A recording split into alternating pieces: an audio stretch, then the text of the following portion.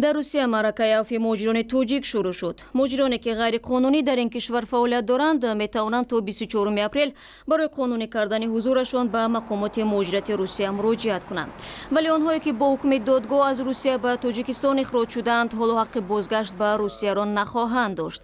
ابراهیم احمدov سخنگوی نمایندگی خدمات مهاجرت تاجیکستان روز 27 مارس به رادیو آزادی گفت که عفو مهاجران از 25 مارس تا 24 اپریل سال 2017 در تمام قلمرو روسیه در مهلت یک ماه ادامه میکند.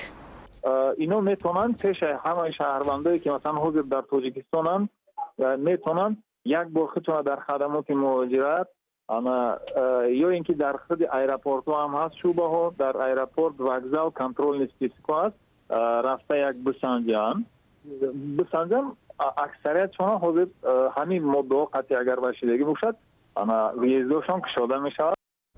مسئله سبوکی برای مهاجران را آخر ماه گذشته رهبران تاجیکستان و روسیه در دوشنبه هم بررسی کردند. در آستانه این سفر مقامات گفتند که شاید مقامات روسیه از 14 تا 68 هزار مهاجر ممنوع الورود تاجیک به قلمرو این کشور را عفو کند.